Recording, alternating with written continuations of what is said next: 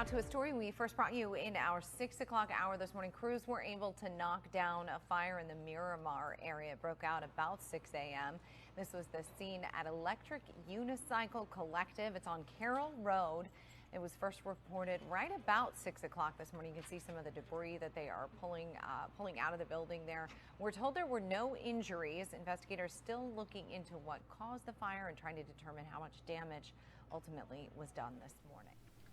All right, what's going on, guys? It's your man, George. Today, we got ourselves a really serious episode. But before we get started, how are you doing? You guys okay? You all right? It's been a tough couple weeks here in the unicycle community. So let's just reach out to our friends, our fellow riders, and just make sure that everybody's okay. As many of you probably know, we did have our first ever reported death in the United States of America on an electric unicycle. It happened in San Jose, California.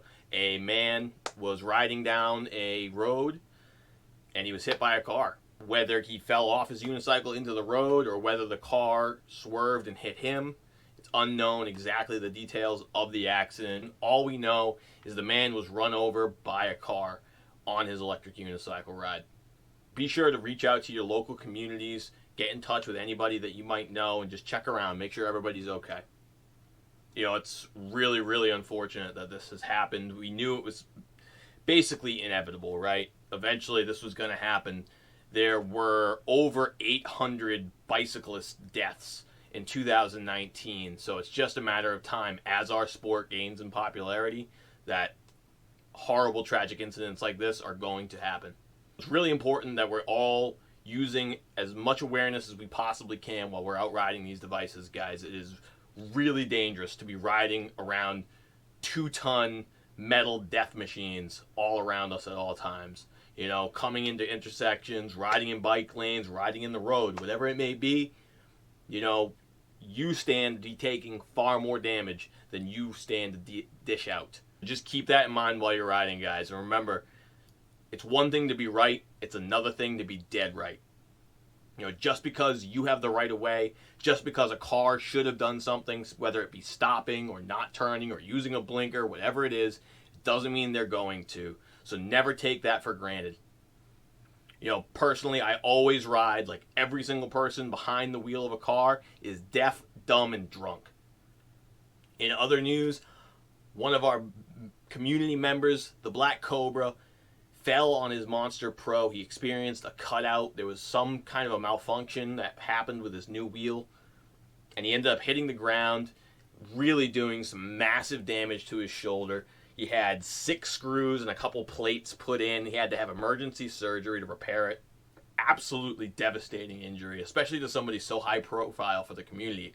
A guy who is not only just a great person all around, but a guy who's done so much for us, the unicycle riders, especially here on the East Coast, where he's hosted events. He does his bi-weekly live stream. He's done so much for the community.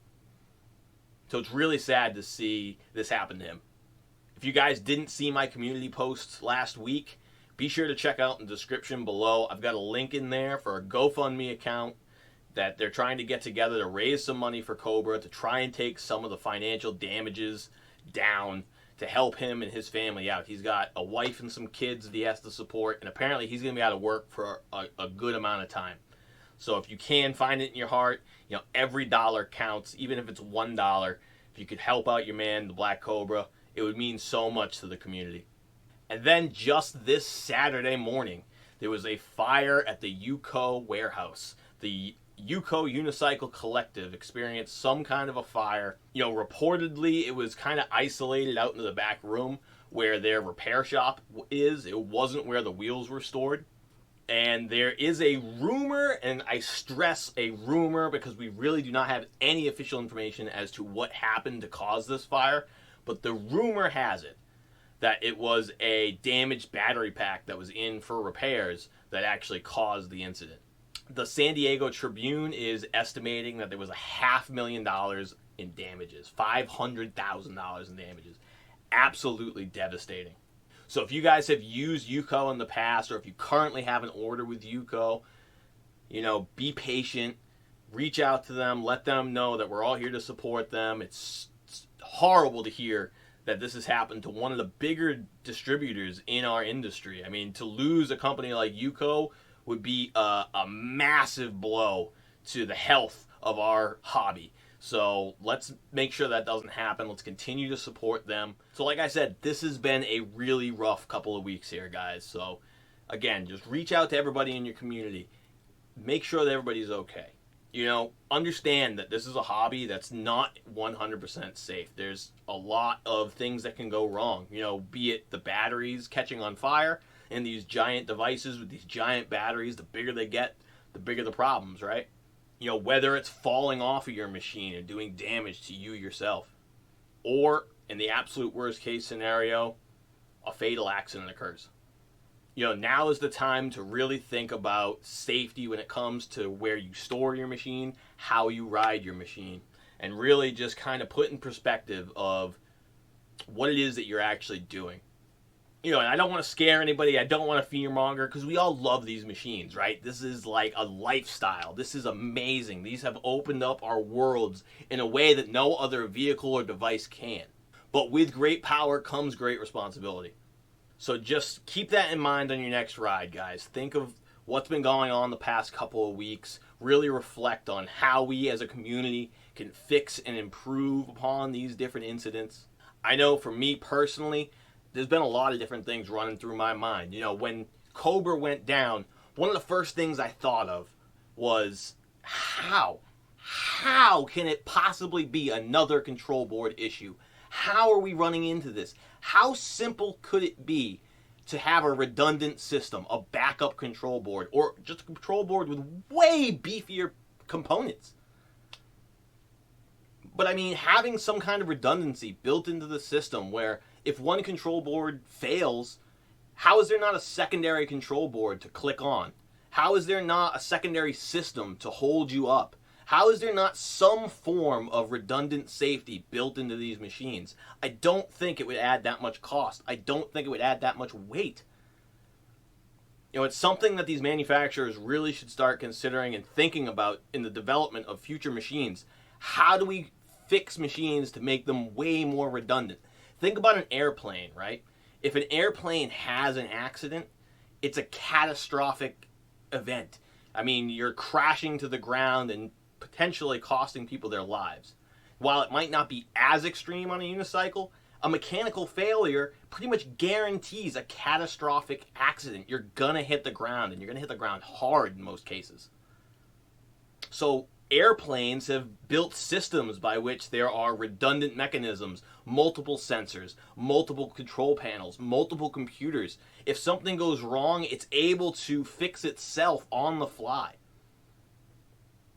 How do we not have something like this on these devices, which are, for all intents and purposes, the same type of scenario? If something goes wrong mechanically, you're facing a catastrophic crash. So I really think that's something that manufacturers need to start thinking about and going forward, working towards improving upon. Now, yes, obviously not every mechanical problem can be fixed. If a tire pops, if the motor seizes, if I don't know what. There are going to be things that you can't plan for. But man, I can't tell you how many of these issues I've seen be the result of a control board. The control board, to me, seems to be the weak point in these machines right now. And I really hope that these companies start to do something about it. You know, and then also consider your safety when riding in the road, guys. I mean, really think about what it is that we're doing out here. We're riding these machines that have absolutely no safety. They have no airbags. They have no turn signals. The brake lights are about 6 inches off the ground. And we're riding around cars that are not used to standing pedestrians in the road. I mean, what do we look like? We look ridiculous to most people, right? Like, we're not on a bike. We're not in some kind of a caged vehicle of any kind. We're just standing. And people don't expect someone with this posture, standing up, to be moving at 30 miles an hour. You know, it's just foreign to the other people on the road. So our safety is really in their hands. You know, I'd love to do some kind of event, some kind of way to raise awareness for our existence, as much as it might bring us into a legal light that would cause us to need licensing, registration, insurance, these types of things that nobody wants to do. But at the same time, will it improve our safety? Will it improve our ability to ride amongst cars? These are things that we really need to start thinking about as a community. And lastly, these machines have these giant lithium-ion batteries inside, which are capable of combusting at absolutely ridiculous levels. I mean, when a chain reaction starts with these batteries, it's going to be really difficult to stop it. And while it is extremely rare to have happen, we're seeing it happen time and time again as this hobby starts to grow and more people are getting these giant battery systems. And it's not just electric unicycles, hoverboards, scooters, e-bikes, anything with a giant lithium battery inside runs the exact same risk. So ask yourself, how am I storing my device? Where am I storing my device? When was the last time I checked the voltage of my battery? This is something I really think is important, voltage monitoring. You should almost do it every single time you charge. You should be monitoring to make sure that your battery is still charging to a maximum full voltage. If your machine isn't charging to a full voltage, you need to immediately diagnose that problem. It could be as simple as a bad charger. I'm time and time again, you see that people's chargers get out of calibration and they're not charging the wheels right, and that's a really simple fix. You can either get a new charger or sometimes you can even repair the charger. But other times, that can indicate a dead cell within your battery pack. And if you have a dead cell within your battery pack, not to fearmonger, but that thing might be a ticking time bomb. So monitoring your voltage, extremely important. And I think that should be done every single time you charge the wheel. And on top of monitoring your voltage when you charge, anytime you have a catastrophic accident, if you really crash one of these things pretty good, please open up your machine and just inspect the inside and make sure everything is still looking good. Everything is still connected. Everything is screwed in well. Make sure the battery packs have no apparent signs of damage. And again, check that voltage. Make sure everything seems normal. Everything seems right. Familiarize yourself with the inside of your machine. And again, where are you storing that machine? Is it someplace where, if, God forbid, this machine were to catch fire for some reason, what's going to happen?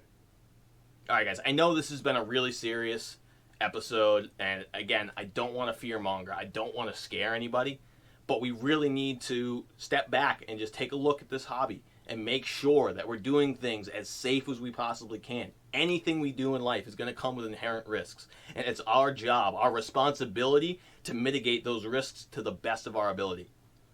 All right, that's going to be the end of this episode. Thank you so much for watching. As always, be sure to like the video for me, subscribe to the channel if you haven't already, leave me a comment down below, and until next time, please, please, please, be safe, ride safe. I really want to see you next time, all right?